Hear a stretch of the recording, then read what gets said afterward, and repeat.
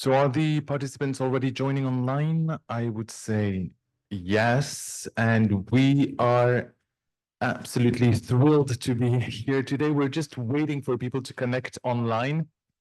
We can still have, maybe you can have the microphone in the meantime. So we might start with a couple of minutes of delay, just waiting for people to connect to join us on this amazing Impact Hub Switzerland Connect with guests from all over Switzerland and the different Impact Hubs. And we've got people here. I am actually zooming in with everyone from Impact Hub Geneva, but we've got also people online from different Impact Hubs coming in, and I will definitely give you a bit of an outline of what we're going to do. But first, I would like to thank you for being here. I know it's a very sunny Tuesday noon lunch break in Geneva, and we are still waiting for a few people to join us also here in Geneva. As a first disclaimer, we've got Sebi. If you can stand up so that everyone sees you. Sebi will take some pictures today. So if you don't want to be on those pictures, just tell Sebi and we will make sure that you do not appear on our social media. My name is Julian Beglin, and I am the Senior Community Catalyst here at Impact Hub Geneva and Lausanne. Welcome you for this very specific event on why diversities matter. And before giving the floor to our speakers, and Moni is even here, fantastic, you made it. Hello and welcome. We will give you the floor in a couple of minutes so that we can introduce our speakers, but just very quickly, can I know from which Impact Hub you are so that we know a little bit our audience? Starting in the back, and shout and just give us Basel, fantastic. And what's your name? Anna Laura, amazing. Who else? Et ton prénom? Gauvin, fantastique. Over there, Zurich, and your names? Johanna, Magdalena, Cora de Genève, Berne, Michel, fantastique. Genève, Bertrand, fantastique. Genève, Cobre-Génier, Genève, et fantastique, bienvenue à toutes et à tous. Maybe we are going to start also by a very quick diversity disclaimer saying that Impact Hub Geneva Lausanne is a bilingual hub. And for the sake of diversity and inclusion, we're actually going to do this event mostly in English. But if you speak any other language, please feel free to ask questions in your own mother tongue, or at least French. Both our speakers, except Moni, but we will translate for you if there is any question. And for anyone, make sure that you can also send the questions in the chat. And I will give the floor to maybe our speakers here present physically at Impact Hub Geneva. Shall we start with Gabrielle? Great. Thank you for having me. Welcome to all of you. I'm really excited about the discussion. Already the pre-discussion, I think we've already learned a lot about each other and about diversity, equity, and inclusion. My name is Gabrielle Landry-Chapuis. I'm based here in Geneva. In short, I guess, Julien, you want us to give just a really quick sort of snapshot. Absolutely. I guess the most important way to introduce myself is to maybe say how I came to do this work in diversity, equity, and inclusion. After nearly 20 years working in global health and international organizations, with and for international organizations that were doing really amazing work, I sort of stopped and asked myself one sort of seminal question. Are great organizations, noble organizations, also great and noble places to work for everyone? With that question, I went into a career change. So basically in 2018, I really shifted. And today I can say that my work is really focused around safe spaces. So my company is called Human Impact 5, or High 5 Safe Spaces. And I focus on psychological safety in organizations, whether that be in public and private sector, trust building, rebuilding, maintaining, diversity, equity, and inclusion, and a lot of gender work. So I'm either facilitating, training, accompanying, helping to build strategies and policies, and notably mainstreaming best practices in those areas. Thanks. Thank you. Sylvain, welcome. Hi, thanks so much for having me. And my name is Sylvain Ruthenberg. I'm based out of Zolikon and Geneva, so splitting my time really. I work as a freelance strategy consultant and also keynote speaker and moderator. And then today, I'm here in my capacity as the global lead of the Institute of Neurodiversity, ION. I volunteer in this position, and we are a global neurodiversity charity with currently 30 chapters all across the world, and are currently one of the largest neurodiversity initiatives. We also are lucky enough to have already very deep ties with the United Nations. So we co-hosted the United Nations World Autism Awareness Day last year and this year, and we will also be present at the United Nations Summit of the Future next week in New York. And we've been around since October 21. So over the time we have grown, and we hope to be in 100 countries with 1 million members by the end of next year, to really give our community a voice and push for change, positive change for everyone. Thank you very much for that. For those of you who are less familiar with Impact Hub, it's a global network of more than 110 different hubs around the world in more than 60 countries. And the idea of Impact Hub is really to focus on creating innovative communities with a concrete impact on a global scale, so that perhaps we can provide solutions to the current problems of our world. And I am delighted to have people online joining from different impact hubs, and namely Moni, who is the equity and inclusion expert from Impact Hub Phnom Penh. So if you could just say a few words of what brought you to be the DEI expert, and just introduce yourself. Hi, everyone. Also, sorry I'm late. It's like meeting next to meetings. But I'm happy to be here today. My name is Moni. I am based in Phnom Penh, Cambodia, so all the way over in Asia. My work is diversity, equity, inclusion specialist for my Impact Hub, which is in Phnom Penh, Cambodia. But I also work for the network, which is 127 Impact Hubs. And I'm very grateful to be here. My work has always been evolving around diversity, equity, inclusion. As a person, as a person who is an LGBT person myself, an ethnic minority, a neurodivergent, a youth. It's been my passion, my belief, and I'm doing this for the futures. I'm doing this for people who are like me, that they won't be able to go through what I have to go through in this current time. I'm hoping that in the future, people like me will be able to participate fully in society, in all aspects of social. That's the main fuel of my work. And I'm super happy to be able to work with 127 Impact Hubs in diversity, equity, inclusion practices and policy. And looking very forward to today's discussion. This is also my first time in the space of Europe context. So I'm also here to learn from our other speakers. So yes, thank you, Julian. Thank you so much for being with us. We decided to dedicate the topic of today to diversities, plural, and why do they matter. It is about acknowledging differences, but it is also about understanding the value that those diverse perspectives bring to the workplace. We chose this title to highlight that diversity is not just a buzzword. We decided today to walk the talk but also to explore, because sometimes it's a bit daunting. Sometimes we don't really understand.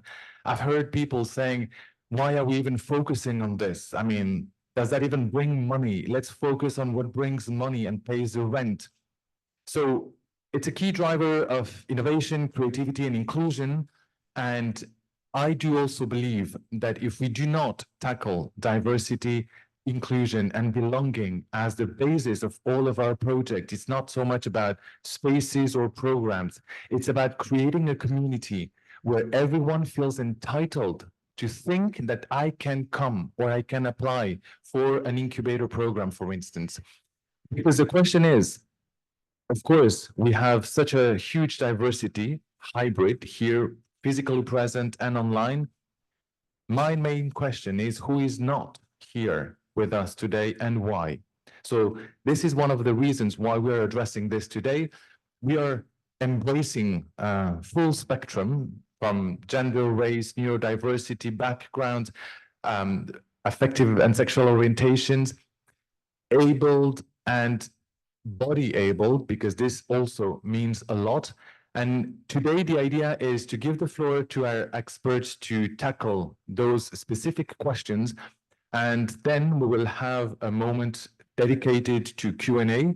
We will have 2 breakout rooms, both here and online, and then we will gather in the plenary again. So let's dive into these questions. And the first question I want to ask the 3 of you is that diversity initiatives have been often criticized for being performative rather than substantive. And how can organizations ensure that all their efforts towards inclusion and belonging are genuine and not just a box to tick? Yeah, we can. It's easier for us to have the absolutely. So Moni, if you want to maybe say something about what Impact Hub is actually doing in terms of DEI programs, mapping, and explain a bit the tools so that also not only our members, but everyone understands what it is about. Sure thing. At Impact Hub, we look at we have our own theory of change of how we believe that entrepreneurship innovation is a way for us to create social changes. But the way that we do our work, we also look through 2 thematic lenses, which include environment and DEI. And within DEI lenses, it's not that we are transforming our whole network into a DEI-focused network, but how can we do entrepreneurship support more inclusively? This is the lens that we're looking at, and the perspective that we're bringing into our network is how can we do what we do every day more inclusively? This is a question that we ask. As Julian mentioned, we are a global network, but we're locally rooted. What's happening in Impact Hub Geneva is very different from what's happening in Phnom Penh. But how can we do whatever happening at our Impact Hub more inclusively? We have many things. We have capacity building for our makers referring to people that works for Impact Hub. Capacity building, coaching session, online learning session, article, theories, guidebook, toolkit. Recently, we published Inclusive Calm Toolkit. Before that, we published a toolkit on how to support Indigenous entrepreneur that covers the whole, that covers Latin America, Europe, North America, Asia, and the Pacific. In a few weeks, hopefully, to also publish a research and a toolkit on how to provide entrepreneurship support and financings, inclusive financing for women with disabilities, women entrepreneur with disability. So these are activities that we have implemented, invested, and resources we're creating for our makers to, again, do the things that we do every day, but more inclusively. I hope that answered the question. That is what's happening here in Global, in the network. And I think we have another question, but I'm not sure, Julian. We'll have plenty of time to dig a little bit deeper into all these questions. Let me maybe give the floor to Gabby. Thank you, and thanks so much for talking us through all of that amazing work. So, there's so many ways to answer this question. So how do you avoid box ticking, essentially, right? That's the question. Well, the first thing is to ask the question. So that's already a really good start. What I find, maybe it's best if I speak to the experience that I have with many different companies and organizations, whether that be in not-for-profit or profit or public sectors. And what I find mostly is that, well, first of all, as a consultant, you also have to have your own work ethic so that you don't participate in box ticking exercises. And there are many ways to find that out. And maybe I'll lay out a few of those, how you can actually see if diversity, equity, and inclusion is not just a few words on the website or even just a policy on the website, but that it's really baked in. So the first thing, and I want to also say, a policy is already a really good tool. It's not everything, but of course it is something in itself, because usually policies have implications. And so maybe I just refer to one study here in Switzerland that showed that for the LGBTQ plus community, organizations that had LGBTQ plus policies, good policies, actually had a huge impact on their engagement, on their well-being in their work. So a policy can have an impact. So it's already a good thing. But of course, it's not enough. And so what you really want to do, and I find that most organizations want to do good, they want to do right, but they honestly don't know how. And there are so many ways to do that. And so when you break it down, you look at an organization and you have to have some kind of a framework. You have to have some kind of structure to work with. And so that structure can be something simple like, okay, let's just look at a sort of social framework, me and behaviors and interactions, the organization as a set of systems and processes, and then society or the link with the outside world. That's already a framework. So at least you have something to build with, because you need to have foundations to build a house. And so when you start digging into it, then you look at, okay, how are we going to frame this? So we can also just take one aspect, which is not the only aspect, just take HR. So if you can just get time with HR, you sit with HR and you go through all of their interactions, all of their different pieces of work. Behind every single one of them, there is some research that can tell us, but you have to dig for the research that can tell us, okay, look at what you're already doing. And I find that most organizations are already doing something that is good for management, for leadership, for employees, but it's also something that you can do for DEI. And so sometimes they're already doing a lot and they don't realize, oh, we're structuring our interviews, for example. Okay, we have a diverse group of people who interview people. Okay, that's good. It's a good DEI practice. It's a good practice and it's a good DEI practice. So you go in and reinforce what's already being done. And sometimes you can enhance it just a little bit with some good researched DEI practice. So you can actually go and look, okay, how are you onboarding? How are you offboarding? Are you asking a DEI question in your exit interviews? How are you doing your workforce planning? How are you doing succession planning? How are you doing performance management? Can we build in DEI in there? What does your competency framework look like? Can we build in a DEI question in there? How are you doing team building? How are you doing meetings? How are you, even if you have to let people go, have you asked yourself, if you have a plan, you have a redundancy plan, have you asked yourself, can we take a DEI lens to this? And I find when you start doing that work, then you can start really building in and baking in good DEI practices, which, by the way, are just plain old good practices. So they do reinforce the actual workplace. I could go on, but let me stop there before you ring the bell and stop me. Thank you very much for that. Sylvain, what are your thoughts on these questions and box ticking? I'll try to keep myself very short. First of all, I completely agree with the two of you. Also, I love the band, the SDG band, by the way. It's oftentimes that it becomes a tick box exercise when something needs to be done urgently. So if we look a few years back, there were a few other human rights movement next to the new diversity movement, which was still very nascent, that required companies to act very quickly. Now, oftentimes what we find, and I think that goes true for any identity is that the stakeholders that are affected or that are those policies are made for to help to become more inclusive are not at the table when they're actually being done, which is a problem in itself because the lived experience is what makes them truly stick. The second piece is about thinking we have policies, we have processes, but ultimately and fundamentally, it's about changing the culture.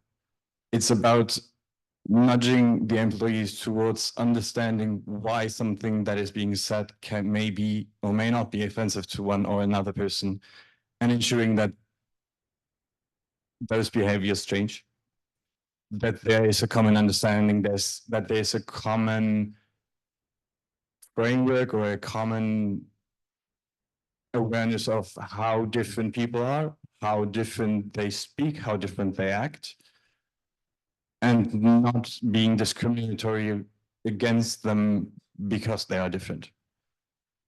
And that is something that ultimately will take time, but it's also about including everyone in the conversation and then moving slowly towards that common goal, which then will also become something that will be beneficial to the business and not just cost it any money. Thank you for underlining the fact that most of the time we deal and tackle DEI issues a bit in a rush because we don't plan enough ahead. And I very much link that to the fact that in my understanding and from my experience, when we address DEIB, it is also a problem of power relationships. I very much understand and experience myself here in Geneva as a community catalyst that some of us are with more what we could call centered identities, and some of us bear what we could also call some more marginalized identities. Whichever those identities are, the more you are close to the center, the more power you hold, and the more you bear any kind of marginalized identity, the less power you bear. And that also means that suddenly those holding more centered identities with additional power, what we tend to call privileges, makes a lot of sense, but it also perpetrates basically these power dynamics where those who hold less power and marginalized identities don't feel entitled. It is a bit like if you take an image, there is a room and you feel that you're not invited to open that door.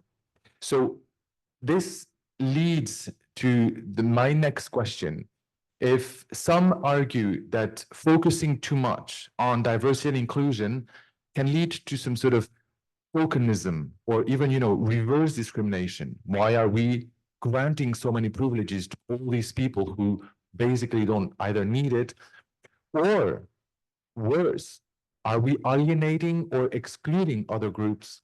So then my question is, why those diversities matter, plural? Also because we tend to focus maybe on specific diversities, as it has been the case, for instance, with gender or LGBTIQ communities that had some more visibility. What about the true diversity in the workplace? So I'm going back online. Moni, I don't know if you have any thoughts on this, or especially as you mentioned, what about, for instance, those cumulated marginalized identities? What happens when, for instance, you belong to an indigenous community? Thank you for the question, Joanne. And I just want to respond back a little bit to what you share on DEI. A very amazing statement that I heard from people who work in DEI is diversity is what it feels like to get an invitation to the party. Inclusion is when you get asked to dance, and then equity is when the dance floor was made accessible for you to go on. And I feel like this statement covers the whole aspect of diversity, equity, inclusion. But coming back to the question on how to balance this this tokenism or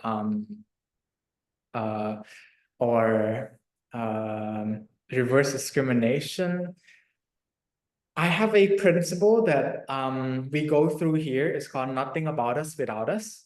The principle of nothing about us without us is an idea that, a principle that if we're making decision regarding a certain community, then we have the community themselves in the decision making. And this is why DEI come into place. We're not talking about equity. We're not talking about equality, because equality can bring more tokenism. Imagine a team that has 10 people, 5 people are women, 5 people are male. Okay, gender balanced team, right? But the 5 female in the team are not given the same opportunity to make a decision. The 5 female are not given the same opportunity to be promoted. At the end of the day, this is tokenism. There's gender balance in the team, but they're not given the same opportunity and resources. This is equality.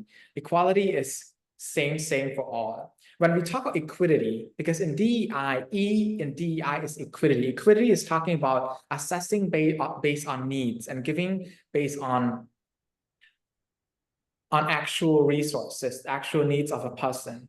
If we look at equity in a 10-team member and 5 female, 5 male, we ask a equity question of who are the 5 female? Are they junior staff or do they also have leadership position?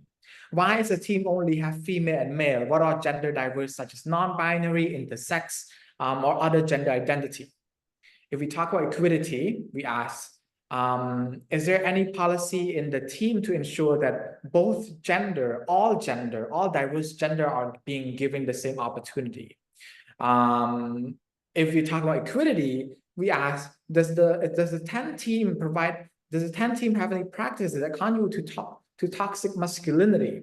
So my answer to this question, a way to beat tokenism, reverse discrimination, is nothing about us without us, involving the community themselves in decision-making process, and equity lenses, equity view, looking into these aspects of equity, not equality, equity. What is the center, as you said? Are you in the center? Are they not in the center? How can we bring everyone to the center? How can we bring everyone to decision making, to power? I think we also mentioned the word power. How can we ensure all diverse profile have the same power? So not just having them, not just representation, not just having them on a team, but how to also give them power. That is, for me, my perspective on how to be tokenism. Very much, Moni. Do you want me to go? Thank you, Moni. That was really amazing, and my neurons are on fire because there were so many things that I would love to react to. And what I want to rebound off of what you were speaking to is, do we all have a common understanding of diversity, of equity, and inclusion? And that's one of the first things I find a lot of organizations go into this. They even have a policy, and they might even have a working group or something, but they have not taken the time to do what Moni just beautifully did for us, is to really dig into what do we really mean by equity, for example. And so I think that getting that common ground and that common language, it's hard work. Diversity, equity, and inclusion can get messy, and it's hard work, but it's an investment. And so I think number one is really getting that common understanding of what do we mean by this, and being really clear and being able to say, what does the D, the E, and the I look like at leadership level? What does it look like in our partnership model? What does it look like in our contracts? I mean, what does it look like in every single area of work? And what I want to maybe and I'll get to the point about tokenism and backlash and all those things. Once we've done the work, and DEI can start off in many cases as an initiative. So it might be one group of people or one person that comes up with something, or it might be one team that's doing something. And it's tactical, we call it kind of ad hoc. But there's a maturation process on DEI in organizations. And then we get to the level where we start really being more holistic about it. And that's what I love about DEI. And you can all see here, it's very complex. So if you don't like complexity, maybe find another another job, but it's complex, and that's what's so fascinating about it. So when you're really embedding and baking in the D, the E, and the I in all of the systems and processes, then you already sort of are reducing the risk of tokenism. And the other thing, and this is where it becomes complex. So now I'll refer to that sort of backlash. Sometimes you find in organizations when you come in and go too fast, to your point, and you just go in and say, you know, have this group that's really motivated and they say, we're going to do a unconscious bias training. Okay, they get a budget and they do an unconscious bias training. Alone, at best, you don't get too many results. At worst, you can get backlash, right? So if you're not really holistic about it and you do one single thing, you might not, you might end up with people in the hallways going, oh, there's no place for us here anymore, you know, and so you get a lot of that. And I see that. I mean, I really on the front line, I see it all the time. So the idea is to be holistic.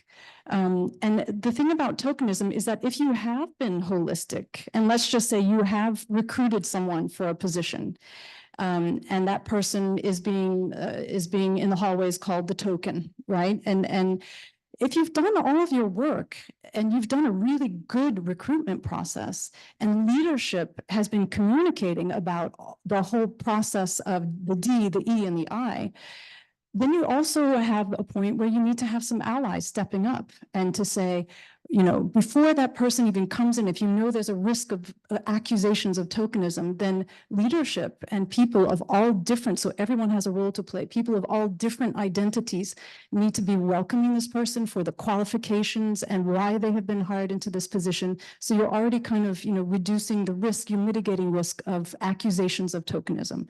I mean, there's so many things that I could say to this, but I think before you ring the bell, I'll hand over to Sylvain, but we can come back to a lot of these different questions. I have, you know, tons more to say, but allyship, I would say bystander intervention is really important when you have people coming into new positions. And then adding on to that is also recognizing the value of universal design and the importance of intersectionality. Now, taking me as an example, I'm a neuro-minority myself. I'm autistic and identify as ADHD. I'm also a member of the LGBTQ+ community, and I am what I would be considered heavily physically disabled. Other people have other identities, but if you look at it from the pure lens of neurodiversity, it's estimated to be 15 to 20% of the world population. Putting this into numbers, we're talking about 1 billion people that are constantly being excluded, discriminated against, or even killed, and thus do not partake with their contributions. And of course, ultimately, that is why diversities matter so much, because we need every single voice to be heard in order to innovate, in order to become more sustainable, and in order to create a world for everyone, not just for us now, but also for the future generations. So it's really thinking about the very many aspects of diversity. And as you also said, it's about getting that common understanding and truly embracing it, living it, breathing it, and really looking at it from a humanistic standpoint rather than a capitalistic one. Thank you very much for sharing that part of vulnerability. I think when we addressed power and feeling or being in power, it is about sometimes even unconsciously not allowing any other people around us to be vulnerable. And we live also in a world that somehow wants everyone to be empowered and feel being able to be vulnerable. And what we tend to forget, especially as entrepreneurs and in, you know, even co-working spaces like Impact Hub, having the privilege of being vulnerable is almost impossible, because you have to power up and armor up just to go by your daily lives. And I want to say, and no pun intended, but having the privilege of being vulnerable is also a token of being a very centered identity with power. Those people amongst us that bear more marginalized identities, we don't have the luxury to be vulnerable.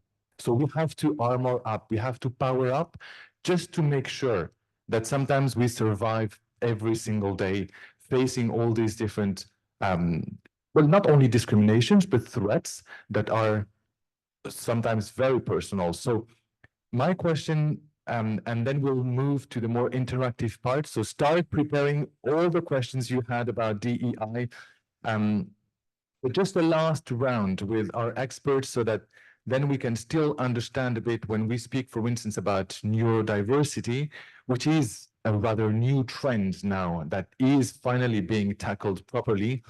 But, you know, many companies, many management still lack the understanding, or even the infrastructure, because it takes time, it takes resources to support all these different divergent, no matter how they are, staff, employees effectively. So according to you as experts, what are the biggest misconceptions about all these diversities in the workplace, and how can concretely, pragmatically organizations move just beyond surface level inclusion? Moni, do you have anything that you would like to add in that respect? Yes, of course. I myself is a neurodivergent person. One of the main conception that I believe when first joining, even with my team, they have this misconception that I'm lazy. I'm lazy, or I'm not paying attention, or I'm not giving full attention. These are misconceptions that I get for being a neurodivergent person from people I know. It takes time to explain to the team that it's not that I'm lazy, but for example, it's not that I'm lazy. I sincerely find it hard to spell words, and it's difficult for me to write or read words. And it's not that I'm not paying attention. I'm fully attention to this conversation. However, I'm also looking away, for example, but I am paying attention to the conversation, you know? And these are misconceptions that I get, and it takes time to build this culture within my team of understanding of that. It's chemical in my brain. It's not that I'm lazy. It's not that I'm not paying attention. And it's not you. Some people blame themselves for not being able to catch my attention. But it's not them also. Like this is a work in progress between all of us as a team. In terms of infrastructure and things that my team has supported me, for example, they're giving me space during team meeting, during meetings, they give me space to walk out, to play something with my hand. And one thing that we're trying to do, we bought Legos. We bought Legos as a company, and this Legos we put on the table. And when we have meetings, we allow our team to use the Lego and play with the Lego. It helps me so much with stimulation because it's quite hard for me to focus on one thing and not do any other things. So able to play with Legos and discuss in a team. They have subscribed to, this is not a sponsorship, but they subscribe to Grammarly, which helped me with writing very, very, very, very effectively because it's hard for me to spell. So Grammarly helped correct my English. And in other ways, for example, today they asked me to write something, but it's hard for me to write. So instead, my team interviewed me, asked me to tell it in a storytelling way, and then they wrote it in my word, and I look at it again. And these are supports that my team are able to build around working with me as a person with neurodiversion. And this is being, one thing is being vulnerable. I was being vulnerable and sharing with them that this is the things that I need in terms of accommodation. And in the beginning, it's a misconception, right? A misunderstanding. Through sharing, through openness, through vulnerability, we'll be able to be here today. And of course, if we're talking about infrastructure, of course, I do hope, I wish that my team would have this infrastructure put out in the beginning, but the world is not that pretty. So it has to come from me to push this agenda across the team. But I would say these are some tips, tricks, and learning that I have from my own team and my practices here at Impact Hub Phnom Penh. Thank you so much, Julian. So much to you, Moni. Sylvan. There is a lot, so please do stop me if I get carried away. I think won't. the basis, and you can probably share more around that, is psychological safety, achieving a true level of psychological safety. And then that can be achieved through, for instance, inviting people with lived experience, so people like me, for instance, or other advocates to your leadership table to get a better understanding of those topics, to host events with advocates of lived experience, whether it be minorities like myself or whether it be people with other identities, LGBTQ plus, disabled people, etc. And allow to ask questions openly and vulnerably, and helping through that dispel those misconceptions. I still sometimes, when I have speeches, go into companies and talk about neurodiversity, me as a new minority, people sometimes will tell me afterwards they didn't feel comfortable asking that question within the webinar because they felt it was the wrong question, or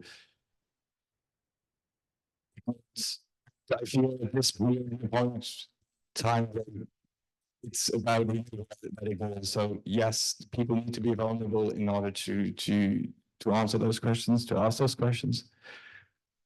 And I think for larger companies specifically, it's also creating those spaces through ERGs, so employee resource groups, through hosting events, and to, I think, above all, have a very strong anti-discrimination policy, writing out what it means to be discriminated against, and do not tolerate any of it at any given time, be it from the leadership level or any other thereof. And especially from the minority standpoint, there's a lot of leaders in large companies and small companies as a freelancer, but specifically those leadership to come out, I think they need to feel safe to do that, because they're after all the role within their organization to help other people to open up and to share their experiences and to explain to others what needs to change. And I always say there are two things that is, if you forget anything else, with new minorities, it's all about never ever to make assumptions. It's to over communicate. Rather say too much than too little. And also, ultimately, having lost my train of thought, it's about, sorry.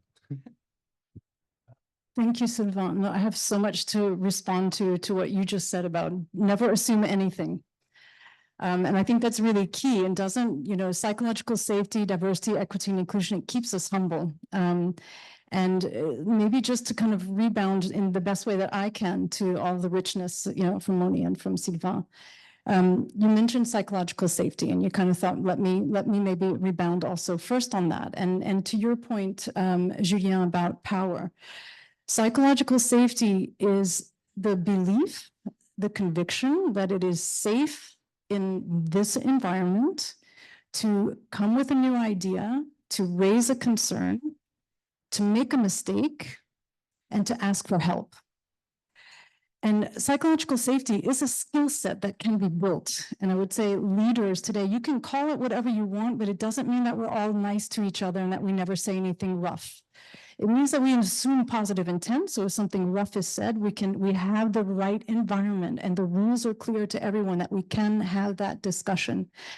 And so I think for leaders, it's a really, really important skill set. And you can call it whatever you want. And one of the key things, there's a recent study, Amy Edmondson, who is sort of the guru of psychological safety, together with Nordic Bank, I think it's SEB. The leadership team didn't like the idea of the use of the term psychological safety. So they called it something else. It doesn't matter. But one of the key skill sets that they started to build at leadership level was perspective taking. Now, isn't that what we need, is to have a safe environment where we can actually say, I'm going to turn off my own interest for a couple of seconds and truly listen to someone who's going to give me their perspective. The amazing thing is that all of these good practices actually led to better financial performance, better decisions, I mean, all sorts of amazing benefits. So we know from research that psychological safety, and the reason I'm really sort of emphasizing it is because for me, it is the bedrock of diversity, equity, and inclusion. You cannot have the conversations that you are rightly saying that we need to have unless it's safe to do so.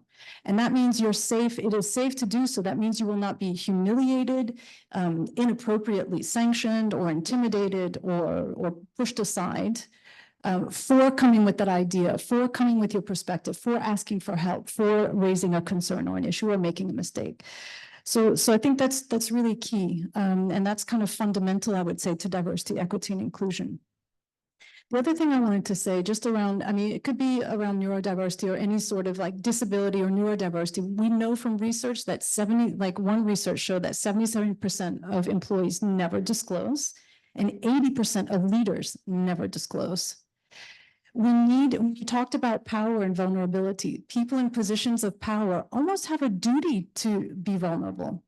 Because if we know, look at that percentage and the numbers that you said, leadership, and a lot of leaders are neurodiverse. And if they are not willing to come out and say, this is what this looks like for me, and this is how everyone can better understand how best to work with me and how best to work with other people, and showing the way, showing that vulnerability, that's part of psychological safety, it's part of good leadership, it's part of diversity, equity, and inclusion. And then the other point is that when we know, the more we know, and we have to be humble and have a growth mindset, right? Because we will always be learning. I'm learning today, right? So we're always learning. And one thing we do know, though, from all sorts of interventions, equity interventions, okay, a sidewalk. We used to have sidewalks that had rough edges, and for people in wheelchairs, we made a ramp. Well, it was also good for people with baby buggies. Okay, same thing for neurodiversity. I've learned that in my presentations, for example, where I was putting way too much stuff, too many words and everything, I heard from some of my neurodiverse colleagues, can you really just simplify that and chop it down? It forced me to be a better communicator. And it was better not only for people with neurodiverse conditions, but it was better for everyone, because no one likes to see a slide with too much information on it. It's impossible to retain. So we know that when we do one thing that's good for one aspect, but we need to know about it, we need to have the safe conversations and to understand it and build the skills, then we make improvements for everyone. And it just leads to better performing organizations, full stop.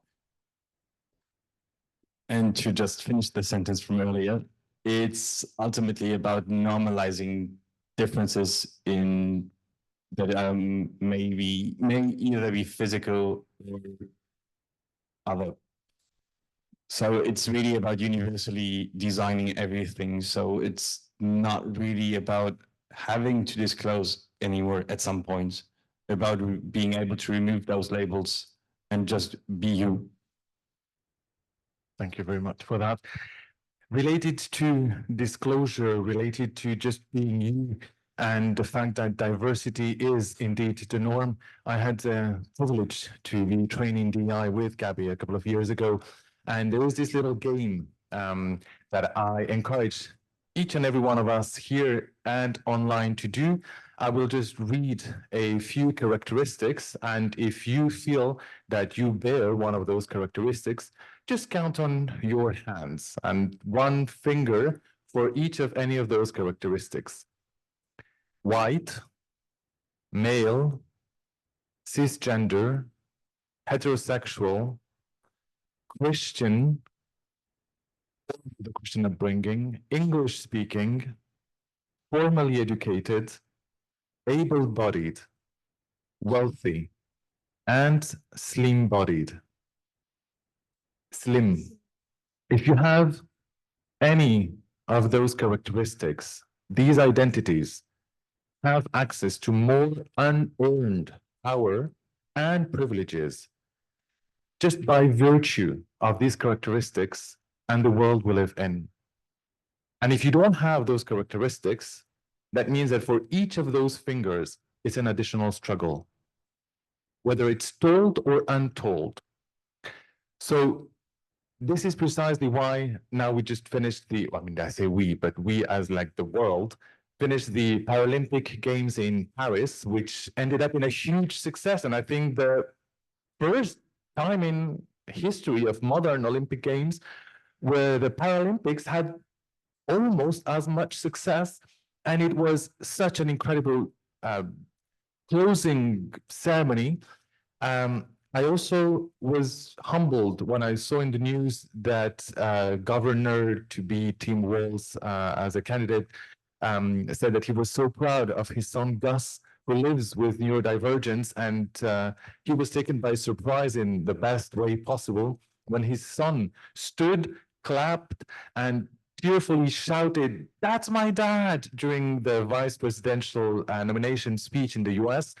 And I think this is the best time now to move into the breakout room. So the idea was to have Zuza, Moni online moderating, and we're going to mute you here. And then we will have the possibility also in the meantime here to have a direct Q&A with our experts. So what I suggest is that for the next 10 minutes or so, we have a proper Q&A between the audience physically here and the experts and the audience online. And then you have to nominate a spokesperson that will bring back into the plenary session the main conclusions, questions, or issues and topics addressed, so that those online can hear what has been exchanged here, and those here can listen to what has been exchanged and discussed online. So let's go for 10 minutes. I've got a little ring here, and I suggest Moni. I know Zuza has connection problems. She's joining and zooming in from Montenegro. But at the same time, I will, Moni, let you maybe lead the conversation for everyone online. And Camila is even here. Thank you for joining, Cam. And I give the floor now to all of you if you have any questions for our experts. So who wants to go first? Any burning questions? Someone who wants to address those? I think they have not muted themselves. Julian, okay, they mute themselves. Perfect. Hi, everyone in our virtual space. I also hope they mute me so no one in the offline space could hear me. But hi, everyone in our virtual space. Just like Julian said, this is a space for interaction, connection, sharing. So either question, sharing, or discussion, welcome. My title is specialist, but not an expert. So I'm still learning from everyone here. If you have any question or sharing, I would love to hear from you all.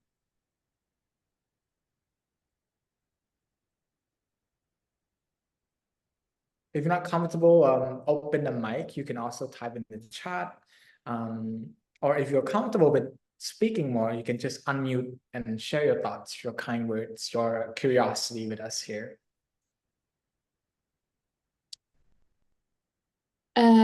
Hello. So this is Zuza speaking. I don't know if you can hear me, because you can surely not see me, right? Because I'm not able to see the... Sorry about that. I have quite an adventure today with a connection, but whatever. This is an off topic. Something that will stay in my mind from what I've heard today, and this is something that it really like sank deeply in my consciousness, was the fact that we need to kind of like understand how the others think, and then every way of thinking is okay. Like we just think in so many different ways, and it's such a big topic for communication issues, no, in the teams. Like very often we say, oh, it's all about communication, but that's the point. We all have different communication styles. We focus on different, I don't know, we focused on different objectives for the communication. We have different thought streams. So yeah, that's something that I actually never thought, that diversity and inclusion topic, it's also about this. And it's actually so obvious. So yeah, I like this observation from today.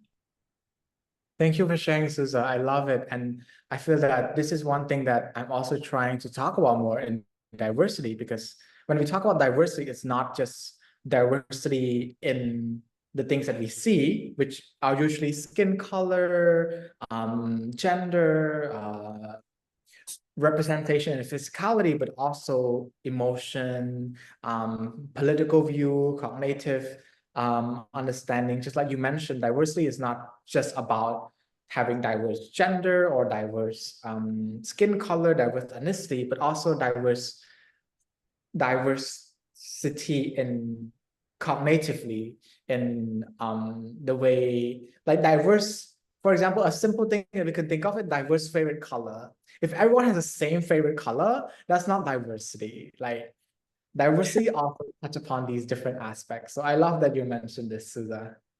Okay. I was wondering if anyone else would like to add something. I see a lot of muted participants. I'm very curious of your thoughts, guys. Hi everyone, my name is Marta, and I'm a member from the Impact Hub Zurich. And I'm wondering, I'm not a specialist in the topic of EI,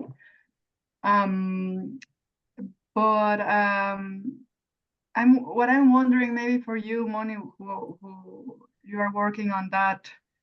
It's true, and I agree also with Susa that it's topic of communicating and knowing what's going on in the mind from each person to understand also better. But how do we make everything convene at work? I mean, at the end, you have to find out some commonality to work together. So I think that's the big challenge. And how do we do it? I mean, yeah, is it like should the company adapt to each person, or should actually, because usually the person adapts to the company policy or way of working. So I can imagine it's also impossible to do it on the other way, that now we have to adapt to everyone and all differences. And so, but how to find this middle point? That would be like my question. I don't know if you have an answer, but It's a very difficult question to answer. However, I want to shift the conversation from finding, you mentioned the middle ground or the commonality. I want to shift this conversation and change a little bit the perspective. And I want us to think about, instead of commonality or middle ground, how about reasonable accommodation and need-based providing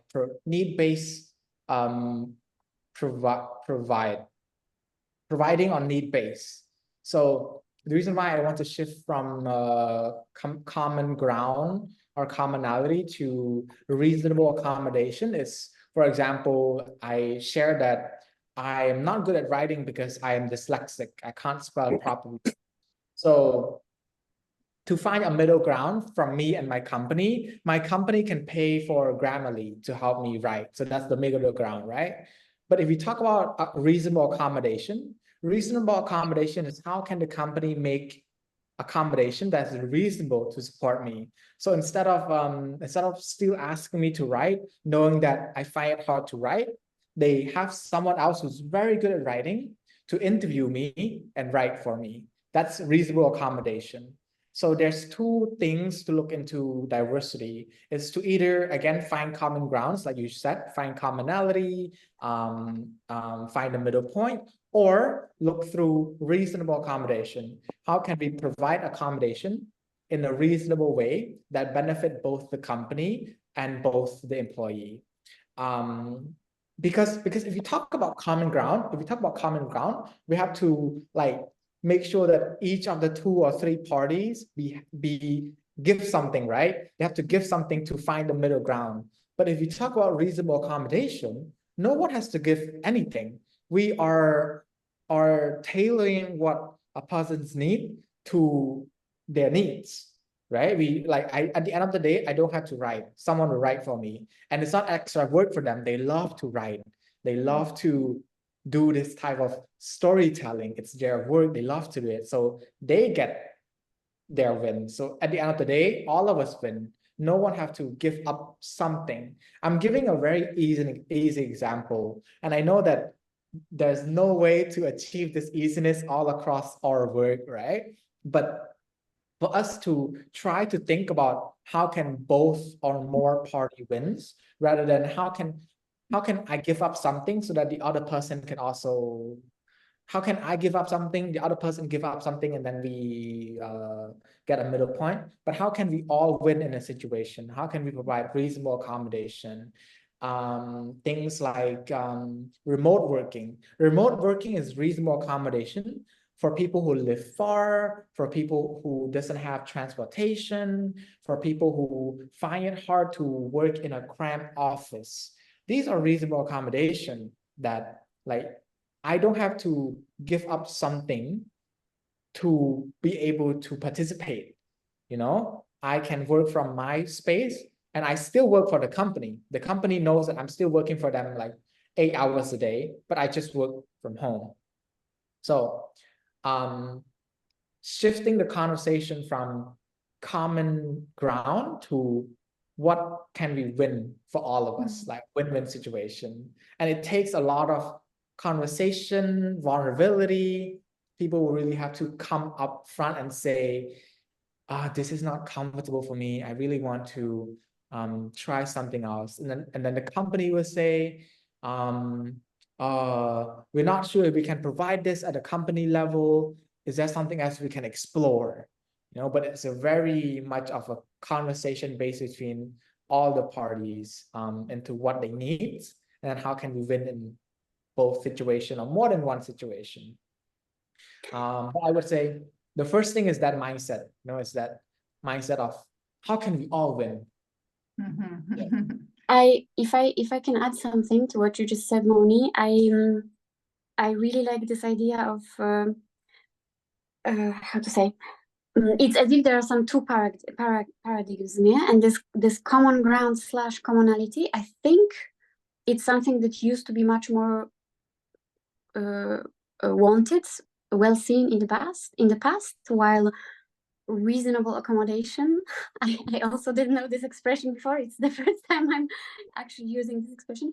This sounds as if yeah, it's like a very modern approach. But what it also makes me think, it's as if instead of searching for the mediana of the various qualities of various people, we don't create ecosystems for some utopian median average person, but we actually create diversions within the ecosystem that they can accommodate all the diversities of all those peoples that are included in the picture. So as an idea, it sounds great. I do wonder what are the steps to actually put it in place in complex environments with, for example, many cultural background differences and stuff like that. It's interesting. For me also, many thanks, Moni, for bringing also that concept. And how was it, the accommodation, the reasonable accommodation? Reasonable. I have to write it somewhere, because really everything what you have been talking today has been very inspiring and open-minded. And now I realize how, on my own way of thinking, we are really very guided to something. And now that when you were talking about this commonality, common ground, for me it made sense. Yes, I come to these past concepts of finding something in common, but maybe there is nothing in common to be found out. And that was for me very open-minded. What would you say that how could you argument with a company which is very conservative, and for them actually diversity, equity, and inclusion is just bringing more complexity to the equation, and not how do you? I work in the topic of sustainability, which is at the end it's related also with all the social topics and with DEI, but it's not it's just part of it. But how do you engage more managers to embrace diversity, equity, and inclusion in the workplace? Do you have it's the same with sustainability. Sometimes it's also difficult to make managers embrace sustainability, as they do not see it as with immediate effects. But do you have some examples or arguments which can help? I see Julian reminding us to name a spokesperson. I think we need to do that. But to answer your question, it really depends on what company we're working with. There's so many ways to address it. We can use business way, just like Julian mentioned in the beginning of this conversation we have, right? How can we move away from charity model, looking into DEI as a charity work, more into a human right model, looking into DEI as a human right way of that. This is not charity work. This is human development work. We are supporting people in exercising their rights to work, rights to have day off, rights to their own body and autonomy, and so on and so on. There's many ways to have conversation with your manager, your CEO, your leadership team, in shifting or incorporating their perspective and DEI into their perspective. A few that I mentioned is to shift models from charity or medical model to human right model.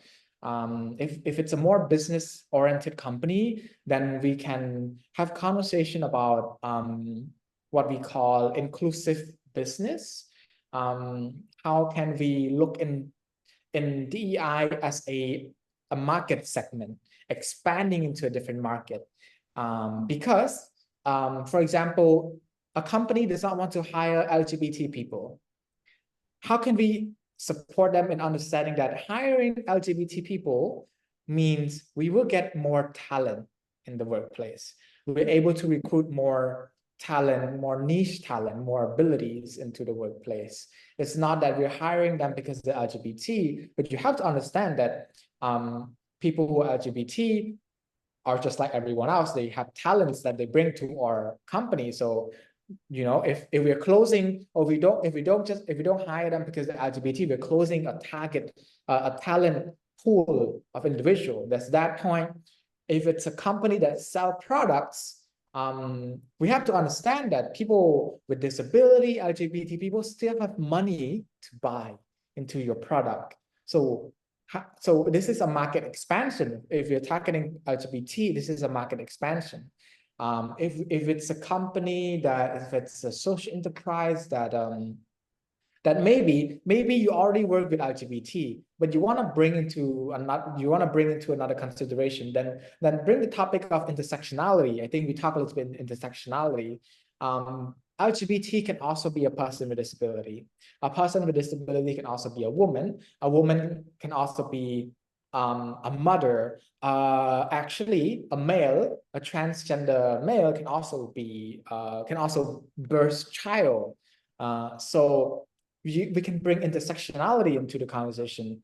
You right now are able body, you have able body, but in the future, what if you don't? How we can have universal design into our workplace. And for example, our office doesn't have an elevator. Our office just have stair. Office is not accessible for wheelchair, people with wheelchair. And then you propose a project to the leadership team. Let's make our space more inclusive for people with wheelchair. And then the leadership team say, no, why do we need to do that? Our staff currently is not people that uses wheelchair. You can use what we call privilege walk or reflective case study and share that what if one day I become a person with disability and I need to use a wheelchair, will you fire me? Then what would happen, you know? So universal design comes to conversation is that having ramp, having elevator is not just for people with disability, but it's for people that might need wheelchair, might need to use wheelchair, might need to use elevator, might need to use ramp in the future. And these are example of I would say perspective that we can bring to the conversation, that we can do advocacy in the workplace, in our company or social enterprise to really advance in diversity, equity, inclusion. And then you also mentioned, what if the company is very traditional and is not really keen to listening to your perspective? I would say, no matter how traditional they are, if they're open to hire someone like you who have this type of mindset, I would say they still have 10% of their personality to listen. And you just have to work harder than other company, and you just have to advocate harder. But I really believe that people will have an open-minded and will learn from advocacy work and will learn from perspective. It will just take time, it will just take effort. But yeah, that's what I have to share. I think, Thank and you also, very much. I also want to open this space for other team member to share. If anyone here would like to share more and contribute to this conversation, I would love to hear more from everyone here. Hello, my name is Natalie. I'm sorry, but I have a problem with my camera too. I just wanted to thank everybody for what you said. And I think that this question of diversity and inclusion should start at school, because I am a mom of 3, and my little one was mistreated at school because she suffered about dyslexia. So I have wrote a post on LinkedIn before summer, and I received so many comments and messages from people that have suffered about mistreating during the school time. So I understand that my girls were not an exception, but I think this is really a question to start to discuss with children and with teachers. Thank you for sharing that, Natalia. Sorry if I pronounced your name wrong. But yeah, it's very important. It's education in all level is very important, no matter formal and informal. And I feel for someone who's also dyslexic, I really feel you on that, because I always fail my spelling tests, and then people think I don't review, I don't put effort into my study, but I do put effort into my study. It's just, yes, but my heart goes to you and your family. And Julian mentioned that we need to wrap up, and we also have to name a spokesperson. Anyone would like to volunteer to share what we discussed in this virtual space? If there is no volunteer, I can be a volunteer, but I would be happy if there was another volunteer.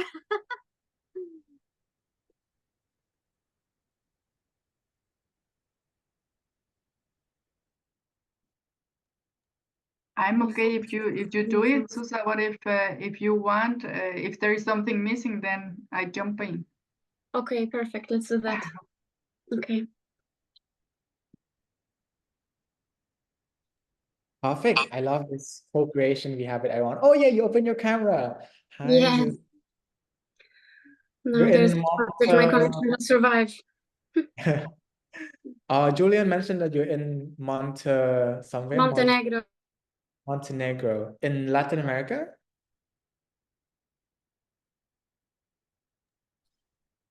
No, that's in the Balkans, Mediterranean Sea. I see. I think Susa just froze. Right after she said, I'm opening my camera, my laptop might not be able, and then froze.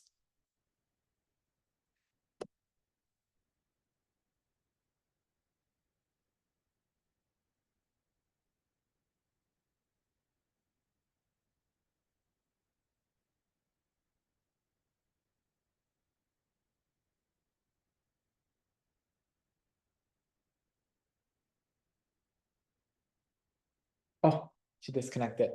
Okay, well, if she makes it in time, I'm assuming her pronouns. If Susan makes it in time for the sharing, then great. If not, we'd love to have you share, Martha. But yeah, I see that people in the physical space are still continuing, or oh no, they're passing the microphone to Julian. Julian is saying that it's ending. Julian is running. You know what I'm practicing? I'm practicing visual support. So if you host a workshop for people that has visual impairment, you do something like this, which is called alt text, and you read out what's on the space. And this is a very nice, a very inclusive activity that you can do. If you want to host a workshop for people with visual impairment and still want to have visual, have like slide presentation, you can have slide presentation, then you can describe what's on the slide presentation for them. So yeah. How do you call it, Moni? Visual support. Visual support. Mm-hmm. Yes. So welcome back for those online. Can you hear us, Moni? Yes, we can hear you. Can you hear us? I can definitely, and I was looking at the screen with you having intense exchanges and conversations. I hope you found also a spokesperson that was willing just to say and share a little bit what you've been discussing. Go ahead. The thing is that the person that was going to talk just left, but it's okay. No, it's okay. Moni, maybe you can also, now you can jump in if I forget something. At least from my own experience, it was very inspiring to talk with Moni and to find out how guided I'm myself also when I talk. So we talk about that it's sometimes it's not needed to find a commonality or common ground in a company so that everything can works at work. And Moni talk about the concept of finding a reasonable accommodation. And that means that actually with finding this common ground, it implies that everyone is giving something, it's like sacrificing something. But with a reasonable accommodation, it's like finding a win-win situation when he gave the example, if he has the problem of writing, then we can find someone who loves writing, and then it's a win-win for, in this case, for Moni. He doesn't have to do it, and the other person can do it perfectly. And then for engaging some companies which are maybe more conservative, you can move from, as you said at the beginning, from this moral perspective to a human rights perspective, or also to just to mention that bringing everyone on board and promoting this universal design can be also positive for the business, and it can be good for all. And then at the end, he was explaining that that also, for example, in such a webinars today, sometimes we have people who has a visual disability and the possibility to bring visual support and explain what is happening on the screen is also a way to support these people. And there was someone also who mentioned that had a personal case also from discrimination. So at the end, we see it can happen really to everyone. We are all susceptible to be treated at a certain point also with discrimination. Thank you very But much. Susa, sorry, amazing. at the end I jumped. Let me just hand over the microphone here to Michelle. So for Okie dokie, let's summarize that. With these amazing people in this room, we talked about several categories. The first category was DEI question. So what is a DEI question? And then we had the second category is how to talk to leaders. Then small adjustments within companies. And what about inclusive events? I quickly jump into these categories. So what is a DEI question? There we got some notes here, which are very useful. So the first thing to start, or the first question is, what question can we ask? So, and where or who can we ask this question? And we could start everywhere, for example, with the team, so that we look at the team and see what questions can we ask there. So how are we doing meetings? Are our meetings inclusive? How are our meetings structured? Are there rules, values? And how can everybody contribute to the meeting? So like, is it hybrid or only in person? And then what question or what else we can ask, so that we just ask of these questions and then talk about with everyone about the answers. And what we also can do is like doing an Excel sheet and see what else we can do within the company besides meeting, like what we work on and what questions we ask there. Then how to talk with leaders. I liked that doing nothing is not an option. So if we want to embark on this journey, it can be messy and we're going to make failures, but we're going to make it better. And I think that's all the leader wants. So we can take them on the journey, like with making them or taking the fear and helping them with those. And then here I wrote also the Excel sheet again, and not doing anything is no option.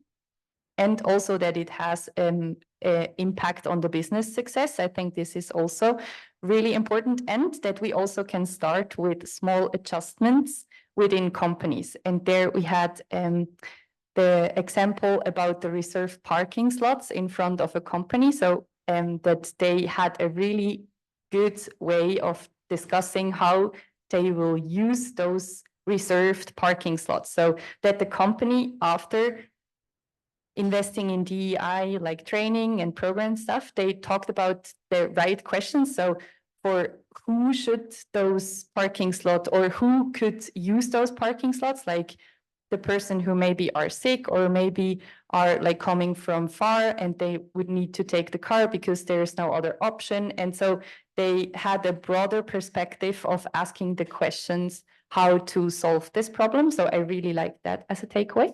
And then within the inclusive events, we had like a discussion that we would like to do our events inclusive. And there we can ask the question again, how can we maybe make the event hybrid? Like here, I really like it with the microphone, because I think so everyone can hear it well. So like those questions, and also that we can include people from at home, or like who are further away, or do have other, maybe a family and they want to jump into the meeting as well, so that we can include everyone. And that also the food topic, it's hard to make it for everyone or every individual, right? But at least we can ask questions there to find common ground. And I think like overall, when I hear me talking, it's like all about asking other people, not just decide by my own what's the best, right? Thank you very much. For this exhaustive summary and rendition, not assuming, being humble, just simply asking. These are already amazing steps on the DEI journey. Just as we're wrapping up, can I have from the three experts any call to action, anything that you would like to share for people to understand if there was one single thing that they should start doing, as in right here, right now? What would it be? Moni, I give you the floor. No pressure. Okay, no pressure. I would, I'm from my experience, I would say the first thing and the thing that anyone can do right now is speaking about it. I hope to see more conversation about this, about DEI. I know that it's already currently a trend and people could take it wrong or whatever, but no matter what, I still want to have like momentums and want to have conversation about this. So one thing that I want to ask everyone and things and I would like to invite everyone to do is to talk about it, to talk about diversity, equity, inclusion, no matter if you know it, understand it fully or not, talk about it. And hopefully this buzz that we make will create changes in institutional, national and international level. But that's one thing I would like to invite everyone to do. Talk about it. Thank you very much. Can we give him a round of applause, please? Also online, I want to see you clapping. Debbie. Yeah, I'd love that question. I would say it starts with you. You know, the key thing that everyone can do is dare to go a little bit out of your comfort zone and be curious. That means you go out of your comfort zone, you might need to say something rather than not say it. And then be curious, ask, how did that land? And so I think just moving a little out of your comfort zone and doing little things every day is the first start. So everyone has a role to play. It starts with you. Go out of your comfort zone and be curious. Thank you. And Yes, absolutely, absolutely. adding onto that would be conscious about it. I always say the world's problems are either based in ignorance or miscommunication. And the choice is to remain the problem by remaining ignorant, or be part of the solution by starting to talk. A round of applause, please. So we've heard from our expert, one thing is clear, diversity is indeed the norm. I think we all have a responsibility to make sure to be held, to be safe, to be seen, to be heard. And in that sense, this is a huge and very vast program. But I do believe that we are enough here to at least be able to connect with each other, ask questions when we don't know, and make sure that we keep this as a priority. After Zurich, after Bern, Geneva today, this conversation is just the beginning of an ongoing flow of interactions within the 6 impact hubs of Switzerland. The next one will be on the 3rd of December in Basel, hosted by Anna Laura and her team, amongst others. She's here. I just want to give her the floor. I think she also deserves a round of applause. Just for a few introductory words, and what can we expect for the actually last Impact Hub Switzerland Connect in December? Anna Laura.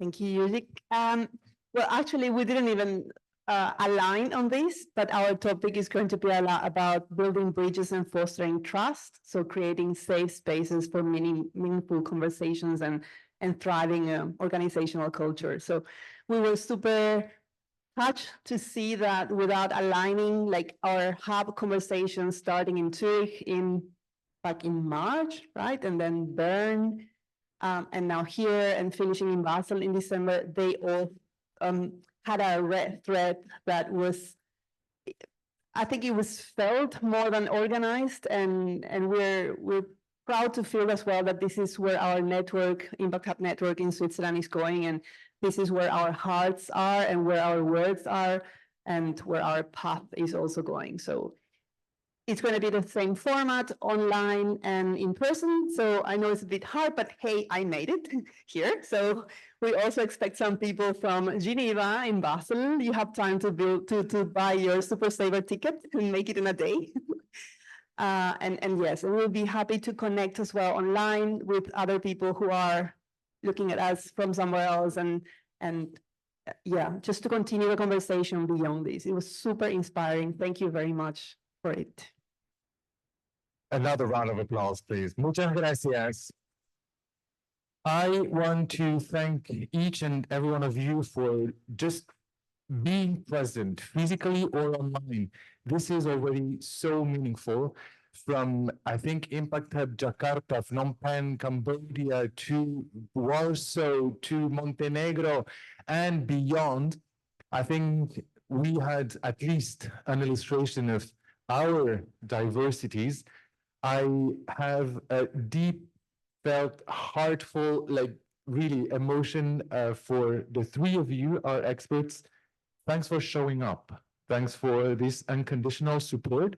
It's, as a community catalyst, after the world pandemic, we've all been facing incredibly challenging to bring people together, to make sure that we are still connected despite all these challenges. It has had a huge emotional, financial impact on our daily lives. It's been such a challenging conversation with my dear colleagues, community catalysts around Switzerland and beyond. How can we make sure that we keep that foot in the doorstep for that door not to close? And this is one of the many invitations. So we are strongly encouraging each and everyone who is following us to come, to open the door of all those impact hubs. You belong here. And I do want to emphasize, you belong here. No matter who you are, even if you feel that you have been rejected, there is a space, there is a community somewhere near where you are. Please do not hesitate to reach out, and we will put all the details, all the contacts online. Thank you for showing up. We are going to close this conversation here today. We are going to continue in different ways, shapes, and forms, namely more informally for those who are physically present here. Again, merci beaucoup, really. Thank you for all those who joined online. See you very, very soon, hopefully, either again for one of those events online. Can we just show the camera to the public so that everyone can wave, and then we can see also the community online waving. Make screenshots. Thank you to the amazing team for the support. Zuza, Gavin, Sebi, Anton, and each and every one of you who made this event possible. Thanks to the management of Impact Hub Geneva and Lausanne as well for their trust. Here we are, and we continue. It's only the beginning. Merci beaucoup. Bon app for those who haven't eaten yet, and see you all very soon. Bye-bye.